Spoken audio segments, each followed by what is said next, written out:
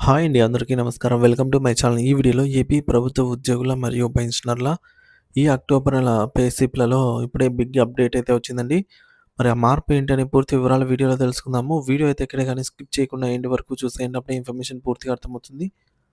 అలాగే వీడియో చూస్తున్న ప్రతి ఒక్కరు వీడియోకైతే లైక్ చేయండి ఫ్రెండ్స్. ఈ వీడియోని తోటి ఉద్యోగ పెన్షన్ మిత్రులతో అయితే షేర్ చేయండి.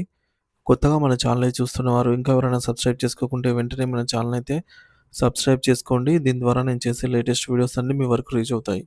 ఇక ఆలస్యం చేయకుండా వివరాల్లోకైతే వెళ్ళిపోదాము.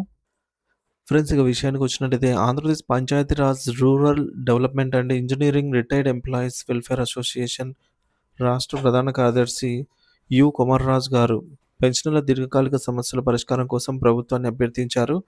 ముఖ్యంగా పీఆర్సీ సిఫార్సులు మరియు డిఏ బకాయిలు ఇతర కీలక సమస్యలపై తక్షణ చర్యలు తీసుకోవాలని ఆయన కోరారు.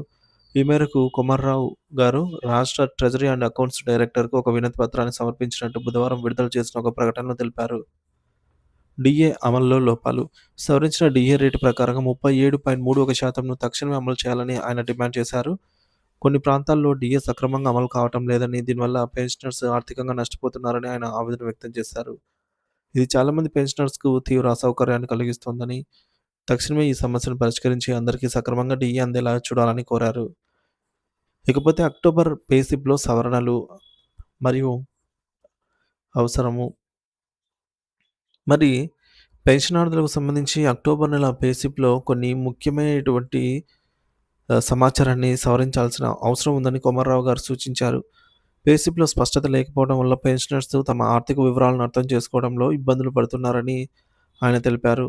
అదనపు పెన్షన్ వయసు ఆధారంగా మంజూరు చేయాల్సి ఉందని, ఈ విషయాన్ని అన్ని ట్రెజరీ కార్యాలయాలకు తెలియజేయాలని ఆయన కోరారు. నిర్దిష్ట వయసు దాటిన పెన్షనర్స్‌కు అదనపు పెన్షన్ అనేది వారి జీవన ప్రమాణాలను మెరుగుపరచడానికి ఎంతగానో తోడ్పడుతుంది. పే స్లిప్‌లో కుటుంబ వివరాలు, పెన్షనర్ భార్య లేదా భర్త పేరు, పుట్టిన తేదీ వంటి రికార్డులు పే స్లిప్‌లో స్పష్టంగా చూపించేలాగా తగు చర్యలు తీసుకోవాలని కోరారు.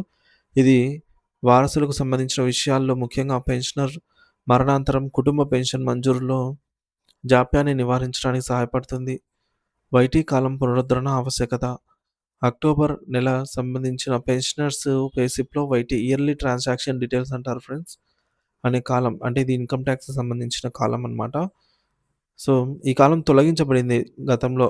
సో, రీసెంట్‌గానే ఇది తొలగించబడిందన్నమాట.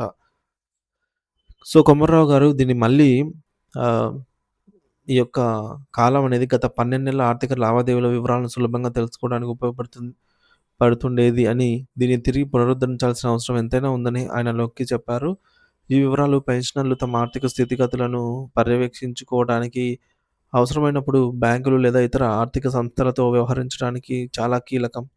ఈ సమస్యలన్నిటిని ఏపీ ప్రభుత్వం తక్షణమే పరిగణలోకి తీసుకొని పెన్షనర్ల సంక్షేమం కోసం సానుకూల చర్యలు తీసుకోవాలని అసోసియేషన్ రాష్ట్ర ప్రధాన కార్యదర్శి కొమర్రావు గారు ఈ సందర్భంగా అయితే విజ్ఞప్తి చేశారు.